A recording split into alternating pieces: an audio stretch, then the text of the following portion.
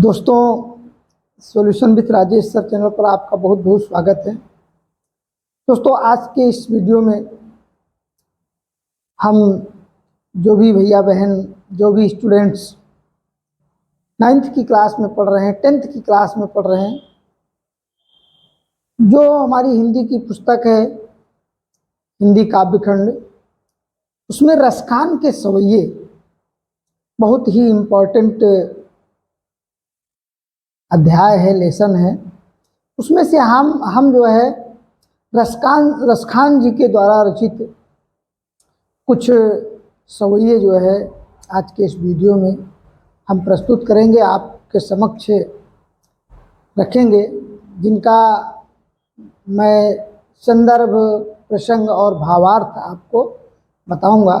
और आशा ही नहीं बल्कि पूर्ण विश्वास है कि आपको समझ में आएगा, वीडियो पसंद आएगा। और वीडियो अगर पसंद आता है तो आपसे एक रिक्वेस्ट है कि आप चैनल को सब्सक्राइब करें, solution with Rajesh sir channel को सब्सक्राइब करें, लाइक करें, कमेंट करें, दोस्तों में शेयर करें और वीडियो का नोटिफिकेशन सबसे पहले आपको प्राप्त हो, इसके लिए बेल आइकन को जरूर प्रेस करें। तो चलिए शुरुआत करते हैं रसखान जी के द्वारा रचित सवैया। पहला छंद है कि मानुष हो तो वही रस खान, बसो ब्रज गोकुल गाँव के ग्वारन। मानुष हो तो वही रस खान, बसो ब्रज गोकुल गाँव के ग्वारन। और जो पशु हो तो कहा बस मेरो, जो पशु हो तो कहा बस मेरो। चरो नित नंद की धेनु मझारन।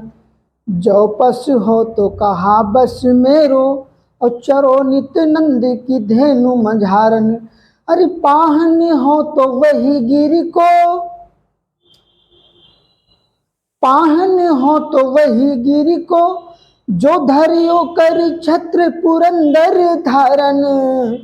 और जो खग हो तो बसेरो करो नित, और जो खग हो तो बसेरो करो मिल। कालिंदी कूल कदम्ब की डारन, कालिंदी कूल कदम्ब की डारन। बड़ा ही सुंदर भाव दिया रसखान जी ने। एक बार फिर से मैं रिपीट करता हूँ कि मानुष हो तो वही रस खान, बसो ब्रज गोकुल गाँव के ग्वारन। मानुष हो तो वही रस खान, बसो ब्रज गोकुल गाँव के ग्वारन। जो पशु हो तो कहा बस मेरो, चरो नित नंद के धेनु मझारन। और पाहन हो तो वही गिर को, जो धरियो कर छत्र पुरंदर धारन। जो धरियो कर छत्र पुरंदर धारन। जो खग है तो बसेरो करो। रसखान जी कहते हैं कि जो खग हो तो बसेरो करो, मिल कालिंदी कुल कदम्ब की डारन। और मानुष हो तो वही रस खाने, बसो ब्रज गोकुल गाँव के ग्वारन। बसो ब्रज गोकुल गाँव के ग्वारन। बड़ा ही सुंदर भाव दिया। अब इसका हम एक बार संदर्भ समझ लेते हैं, उसके बाद में प्रसंग और व्याख्या।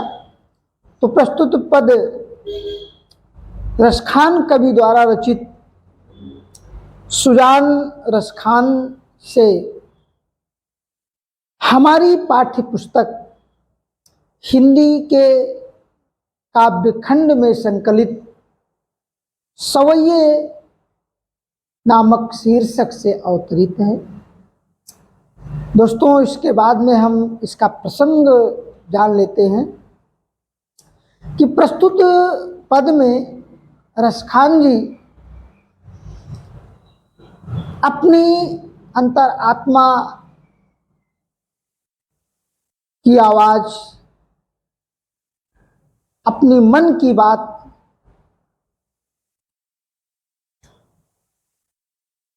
भगवान श्री कृष्ण से प्रार्थना के रूप में व्यक्त करते हैं। भगवान श्री कृष्ण की प्रार्थना करते हैं। भगवान श्री कृष्ण को अपना आराध्य मानकर रसखान जी कहते हैं कि हे प्रभु, हे श्री कृष्ण जी, हे करुणा निधान, हे करुणा के सागर, अगर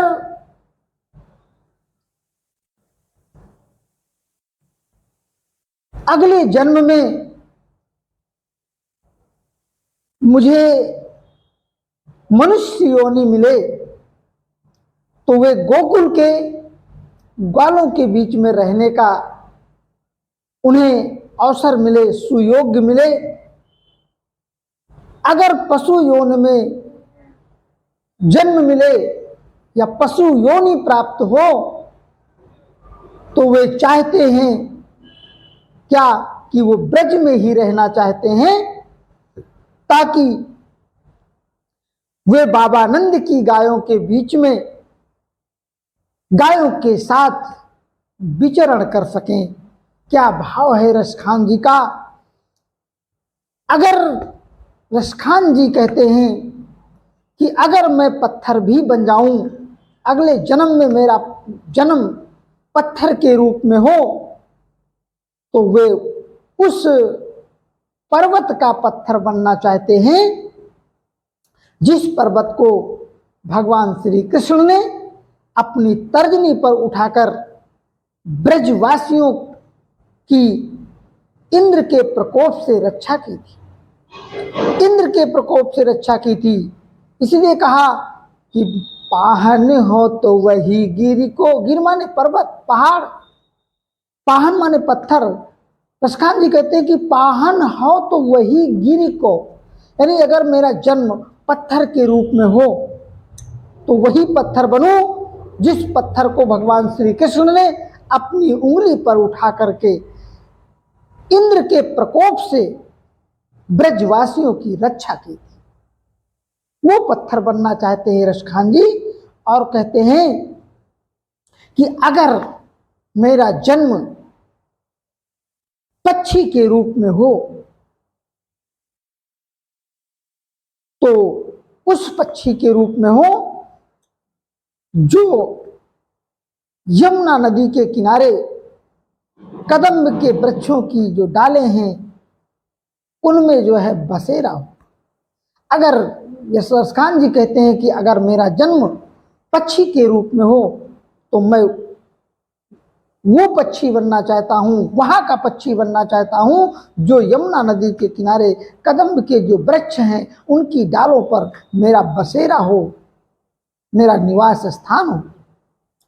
अर्थात कहने का भाव ये है कि वे हर हाल में श्री कृष्ण का सानिध्य चाहते हैं, चाहे उसके लिए उन्हें कोई भी कष्ट उठाना पड़े, चाहे जो भी मुसीबत झेलना पड़े। तो इस प्रकार से जो रसखान जी के द्वारा रचित पद है उसका भावार्थ इस प्रकार से है। और प्यारे दोस्तों, अब इसमें हम जो है काव्य सौंदर्य कैसे लिखेंगे। काव्य सौंदर्य जब व्याख्या के बाद में जो हम काव्य सौंदर्य हमें जरूर लिखना होता है, तो हम इसमें जो है भाषा जान लेते हैं कौन सी भाषा है।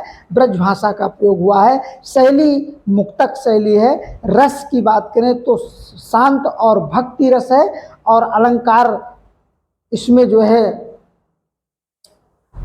अनुप्रास अलंकार है, और इसमें जो है रूपक अलंकार है, और गुण की बात करें तो प्रसाद गुण है, और छंद, छंद तो आपकी समझ में आ ही गया होगा, सवैया छंद है जो मन हरण सवैया है, यानी मन को हरने वाला ऐसा सवैया रसखान जी ने लिखा। और दोस्तों इसके बाद में जो अगला सवैया है रसखान जी के द्वारा रचित, उसको मैं एक बार पढ़ता हूँ, उसके बाद में फिर उसका प्रसंग और व्याख्या उसकी बताऊंगा। चलिए शुरुआत करते हैं। थोड़ा हम प्रसंग समझ लेते हैं कि जो सवैया है जो मैं अभी पढ़ूंगा, ब्रज की गोपियों पर श्री कृष्ण के मनमोहक प्रभाव का बड़ा सुंदर वर्णन किया है रसखान जी ने। और कैसे किया है आइए हम सुनते हैं थोड़ा, उसके बाद में उसकी व्याख्या करते हैं।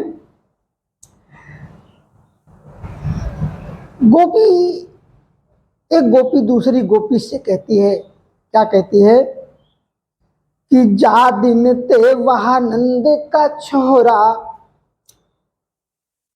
जा दिन ते वह नंद का छोरा, और या बन धेन चराय गयो है। जा दिन ते वह नंद का छोरा, या बन धेन चराई गयो है। और मोहन तानन गोधन गावत बेन बजाई रिझाई गयो है। मोहन तानन गोधन गावत बेन बजाई रिझाई गयो है।